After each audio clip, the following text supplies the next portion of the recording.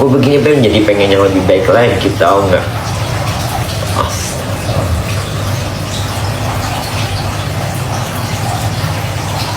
Gue sadar kurangnya gue banyak banget, besarnya gue banyak banget. Gue berusaha tampil di depan kalian tuh gue happy. Kenapa gue sering ngilang-ngilangan mulu? Gue pengen healing, gue pengen nyembuhin batin gue, luka gue. Bener, ada benernya juga apa yang lo bilang. Itu udah nggak bisa lagi, udah terlanjur begitu, udah terlanjur lagi begitu.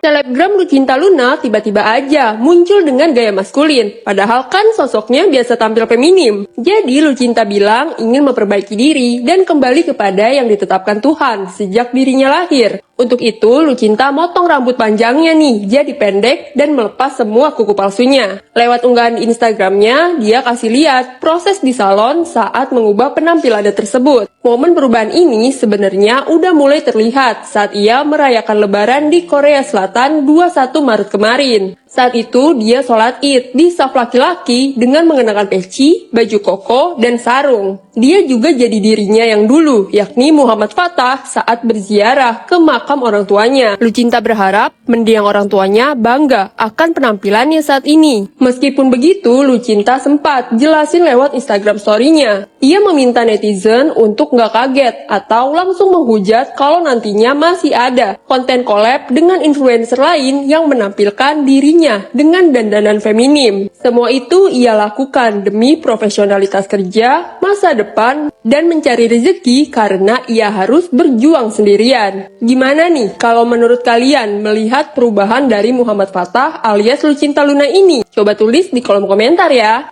Lucinta Luna potong rambut, saya yang dihujat. Jadi ceritanya gini, lebaran ke berapa itu? Lebaran keempat atau kelima ya, itu di halaman beranda IG saya itu tiba-tiba lewat postingan dari Lucinta Luna ketika dia lagi ziarah ke makam kedua orang tuanya. Saya kaget ya, karena rambutnya kok pendek gitu kan. Ya iseng aja saya zoom itu video itu ya, saya deketin ke rambutnya, ternyata dia pakai wig gitu loh. Nah iseng aja juga saya langsung komentar, ternyata pakai wig. Terus saya kasih emo tertawa. Apa yang terjadi? Saya dihujat banyak orang. Terutama penggemar-penggemarnya Lucinta Luna gitu ya. Ya saya sih sebetulnya dalam hati saya nggak ada niatan untuk nyinyirin dia. Sama sekali nggak ada. Bahkan saya tuh bangga banget kalau dia mau potong rambut. Bahkan dia mau hijrah menjadi laki-laki lagi atau menjadi Mas Muhammad Fattah lagi gitu ya. Tapi netizen kan begitu ya, berat aja dia mengomentari komentar saya gitu kan. Ya udah, montornya banyak banget. Tapi yang nge-like saya juga banyak, ada 6.000 orang atau 6.000 akun. Saya apakah marah? Enggak marah sama sekali. Karena ya begitulah kalau kita memang berkelut di dunia media sosial, pasti ada yang pro, ada yang kontra, ada yang suka, ada yang nggak suka. Itu harus kita terima. Apalagi saya seorang influencer, orang mau suka nggak suka itu suka-suka dia gitu kan. Ya bahkan komentar-komentar yang positif ke saya itu ya juga saya balas dengan positif juga. Jadi kita berdoa sama-sama yuk, mudah-mudahan Lucinta Luna akan menjadi Muhammad Fattah kembali gitu ya. Ada yang begini juga, Pak D gitu kan, saya panggilannya Pak D tuh, Pak D Blangkon. Pak D, jangan-jangan Pak D ini gimmick ya? Jangan-jangan Pak D ini bagian dari Lucinta Luna supaya video Lucinta Luna yang ini jadi nge-hit, nggak jadi jadi rame gitu. Enggak, saya kenal aja enggak kok sama Lucinta Luna, enggak sama sekali enggak gitu. Jadi bukan bagian dari gimmicknya Lucinta Luna ya, walaupun Lucinta Luna dari dulu kan memang sering gimmick, sering bikin sensasi gitu, tapi untuk yang ini sama sekali nggak ada kerjasama dengan saya gitu kan. Nah yang lebih parah lagi, komentar saya itu dipin sama Lucinta Luna sehingga komentar saya itu ada di paling atas. Kalau orang membuka video itu ya, membuka videonya Lucinta Luna yang lagi ziarah itu, komentar yang teratas itu komentar saya waktu itu ya. Wah itu tambah, orang-orang malah seolah-olah Lucinta Luna itu memang memusuhi saya karena komentar itu gitu kan. Yang lebih parah lagi, Lucinta Luna itu bikin story yang mention ke saya, terus di situ ada juga akun saya dan foto saya. Dia bilang begini, sudah nih gitu kan, sudah potong maksudnya gitu kan. Terus sekarang gantian dong, dibuka dong belangkonnya Pak D. Saya ini memang karakternya memang pakai belangkon, bukan berarti terus saya menyembunyikan sesuatu di balik belangkon ini, enggak, sama sekali enggak gitu. Jadi memang saya pakai belangkon ini memang karakter, saya membuat karakter gitu ya. Nah, kembali lagi ke Lucinta Luna. Kalau kamu atau teman-temanmu atau penggemarnya Lucinta Luna pengen tahu apakah rambutnya Pak D ini juga pakai wig atau botak gitu ya, ada aja kalian dari unsur-unsur dari kesalahan-kesalahan gua apa gitu. Ya kalau misalnya gua salah, gua minta maaf. Gua udah berulang kali minta maaf sama kalian semua. Mohon maaf lahir batin. Allahu Akbar, la ilaha illa anta subhanaka inni kuntu minadz dzalimin.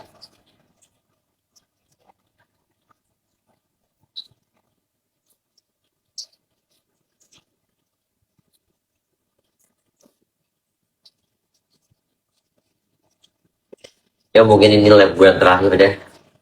Gue gak mau lab dulu. Gue mau istirahat mental gue. Gue sedih. Beneran sumpah. Sedih gue. Kenapa ya? Apa yang gue lakuin? Gue gak mencelakai orang. Ya. Gue pengen hidup enak, damai. Ini halal. Ini halal. Gue pengen ambasador, gue wajar. Hah? Kalian nggak tahu di balik layar gue ngapain. Hah? Apa yang kalian bilang ya?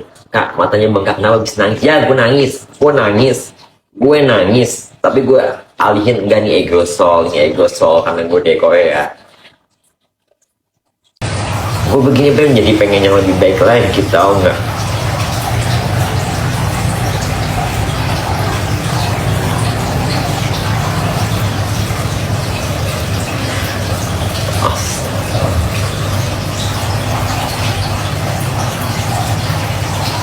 Gue sadar kurangnya gue banyak banget.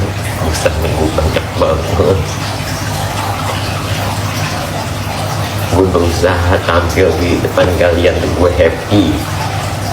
Hah? Kenapa gue sering ngilang-ngilangan mulu? Gue pengen healing. Gue pengen nyembuhin batin gue, luka gue. Bener, ada benernya juga apa yang gue bilang. Hah? Itu udah gak bisa lagi. Udah terlanjur begitu. Tapi apa pernah gue nyenggol kalian? Apa pernah gue mendoakan kalian yang buruk-buruk? Kalau sesuatu itu terjadi, misalnya semesta gitu loh, yang bekerja, gue cuma cukup diem aja, usdada. Don't judge me the cover.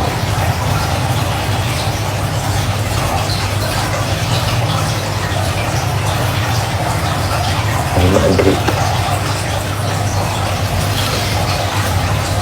Lu menuntut gue macam-macam, menuntut gue banyak, menuntut ini gue begitu, gue tuh harus begini instan, naik ojek karena instan ini.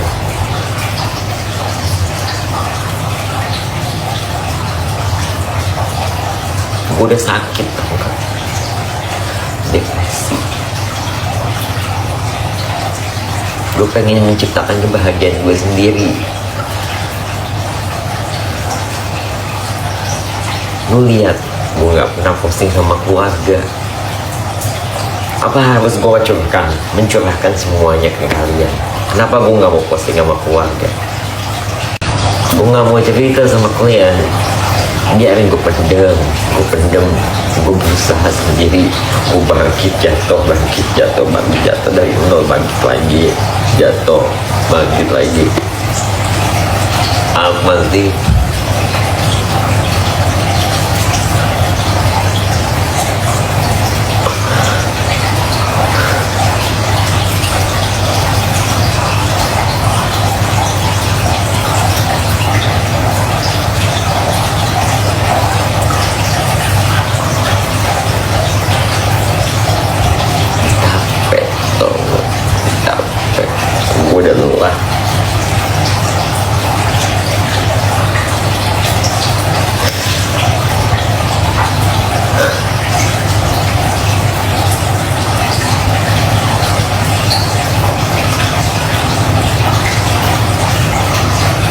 disakitin, gue dikhianatin.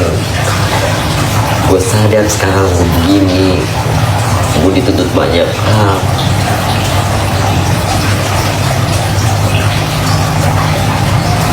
Tiba-tiba lu kaget kan gue begini sekarang. Gak nyalain lu, gue gak nyalain kalian pada, gue nyalain diri gue sendiri kok. Bener.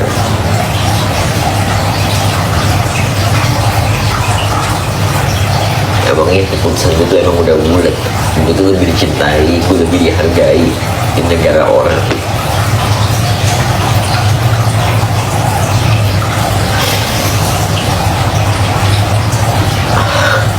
Ya Allah, sekali.